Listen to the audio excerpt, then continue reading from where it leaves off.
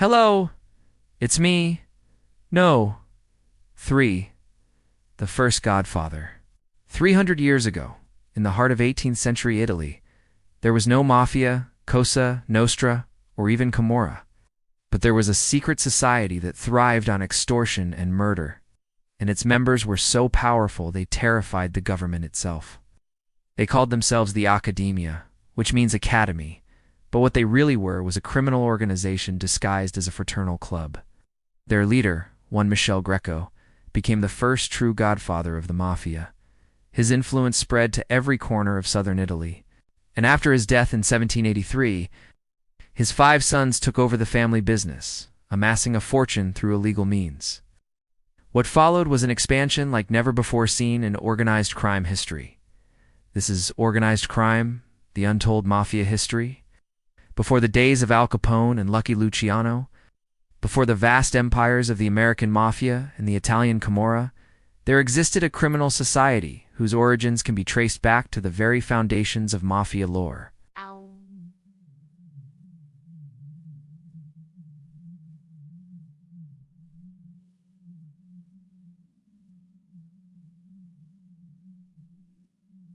In the shadow of Mount Vesuvius, near Naples.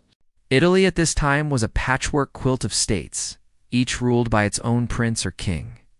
The country was in chaos, a breeding ground for secret societies and underground movements. In this turbulent underworld, Michele Greco and his 4 brothers emerged as figures of power, leading a group known as the Accademia, or the Academy. This name, though seemingly innocent, was a facade to conceal their nefarious activities from the authorities. The Academia was a dangerous mix of a fraternal club and a criminal syndicate. Their ranks were filled with bandits, smugglers, and outlaws, who used their influence and numbers to prey on the riches of southern Italy. Theirs was a world of bribery, extortion, and intimidation, where violence was the only language that mattered. As the group grew, so did its audacity. Soon, entire villages were caught in their web, paying exorbitant sums to be protected from their wrath. But their ambitions didn't stop there. The Academia's real power lay in controlling the flow of goods, particularly grain, which was crucial to feeding the populace. By manipulating supply chains and exploiting shortages, they amassed great wealth, becoming the hidden hands behind a thriving economy of vice. They were so powerful that they even dared to defy the government, openly challenging royal officials and even waging war against rival noble families. Once the target of a royal crackdown, Michele and his men fled to the hills, turning the rugged terrain into their stronghold. From here they launched a campaign of terror, attacking supply convoys and ambushing royal troops. It was a bold move, unprecedented in Italian history. A peasant upstart daring to challenge the crown, and yet despite their audacity, they were hunted relentlessly by the royal police force, the gendarmes. The mountainous terrain of the Campania region soon became the battleground for a cat-and-mouse game.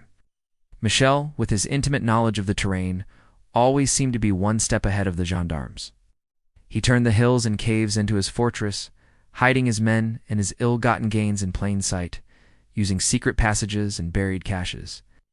One of his most audacious moves was to bribe the very people tasked with capturing him. The gendarmes, tired of meager salaries, were susceptible to bribes, and many turned a blind eye to the academic's activities in exchange for gold. Michele played this game masterfully, ensuring his survival while expanding his criminal empire. But even he knew he couldn't keep running forever. So he devised a plan that would change the face of organized crime forever. He laid down his arms and surrendered, offering the crown a deal that would shock the kingdom. In exchange for immunity from prosecution, he provided the royal police with intelligence on his fellow outlaws, leading to their arrests and convictions. With his enemies neutralized and his fortune intact, Michele emerged from the shadows, no longer a feared bandit, but a respected member of society. Lived openly in Naples, flaunting his wealth and power, all while pulling strings in the criminal underworld. He had become the first true godfather of the Mafia, amassing a fortune that would make any king envious. His reach extended across the countryside, controlling not just the economy, but the very fabric of society. Peasants, nobles, even royal officials, none were safe from his web of extortion and murder. The secrets of his vast network remained buried until now. After Michel's death in 1783, his 5 sons took over the family business. Each son received a fifth of the estate, which meant that each new boss had control over a quarter of southern Italy. Thus began an era of expansion and consolidation that shaped the course of mafia history. The 5 families quickly expanded their criminal empire. They bribed officials, intimidated merchants, and extorted farmers.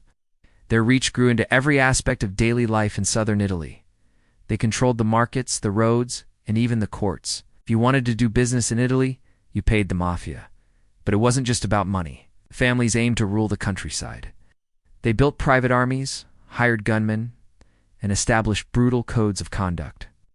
Betrayal and disobedience meant leaving the family with empty pockets and a one-way ticket to the afterlife. Michel's oldest son, also named Michel, became the most powerful of the 5. Known as Don Michel, he cemented the family's hold on Naples and its surrounding areas.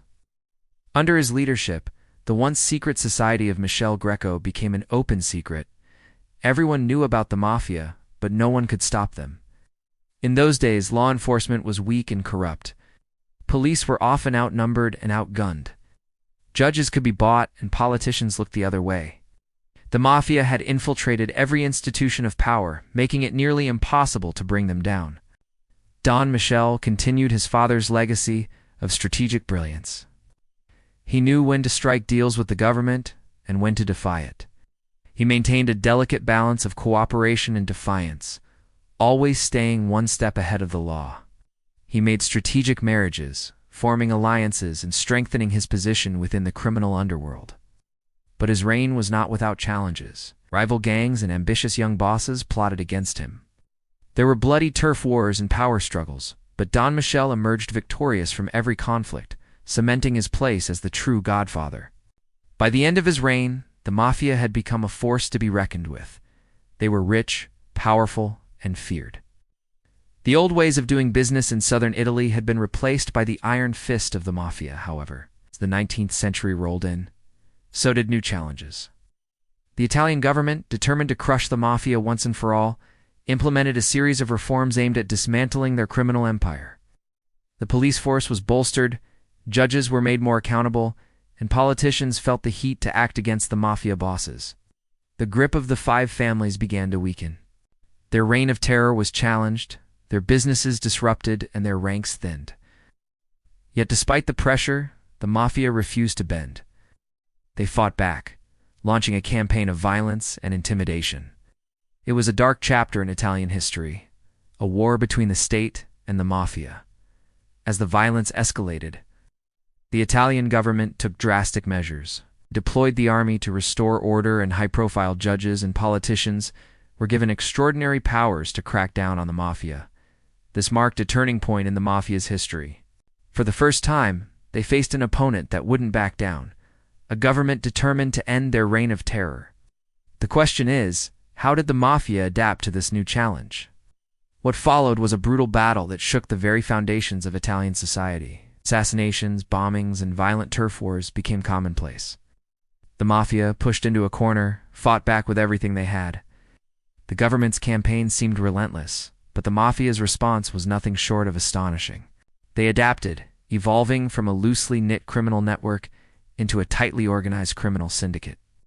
Under the leadership of the 5 families, they launched a full-scale war against the government, targeting officials, judges, and anyone who dared to oppose them. It was a deadly game of cat and mouse, with both sides willing to go to any lengths to gain the upper hand. Yet despite the violence, the seeds of change were sown. The mafia, forced to adapt, began to resemble more closely the syndicates we know today, adopting codes of silence, internal accounting, and hierarchical structures. As the 19th century wore on, the war between the state and the mafia reached a fever pitch. Both sides dug into their trenches, ready for a long and bloody battle. The government, determined to win the war, redoubled its efforts. More resources were allocated to law enforcement, and the judiciary became stricter, handing down harsher sentences to those involved in mafia activities. But the mafia was not one to back down. They retaliated with even more violence, targeting not just government officials, but anyone who supported the government's campaign. Innocent people were caught in the crossfire. making it harder for the government to gather support for its actions. By the end of the century, the situation had reached a stalemate. The government had dealt heavy blows to the mafia, but they hadn't been able to crush them completely. And the mafia, though weakened, had shown that they could stand toe-to-toe with the state. It was a far cry from the early days when Michel Greco and his brothers roamed the hills of Campania. The mafia had grown into a formidable criminal syndicate, capable of standing up to the Italian government. But their greatest test was yet to come. The dawn of the 20th century brought with it a new set of challenges for the mafia. With rapid urbanization and industrialization, new opportunities and vulnerabilities arose. The five families saw this as a chance to not just survive, but to thrive. Under the leadership of the most powerful family, the Corleones, the mafia began to diversify its criminal activities. They moved from extortion and protection rackets to more sophisticated schemes like bootlegging, gambling, and prostitution. They infiltrated legitimate businesses, bribed influential figures, and used violence to eliminate competition. By the end of World War I, the mafia had established itself as a major player in the Italian economy. But this prosperity came at a cost. The government, eager to restore its authority, intensified its crackdown on the mafia. The result was a new wave of violence. The government's campaign shook the mafia to its core, forcing them to adapt once again. Smaller, more agile gangs emerged, operating on the fringes of society. These gangs were led by ambitious young bosses who weren't afraid to break the rules. One such boss was Giuseppe Joe Masseria, a man who would go on to become the most powerful mafia boss of all time. As the 20th century progressed, the Italian government's grip on the mafia began to weaken. Despite their best efforts, the police and judicial system were unable to keep up with the ever-evolving criminal underworld. The mafia had learned from its past mistakes, adapting and changing to survive, and now it was poised to take over the world stage.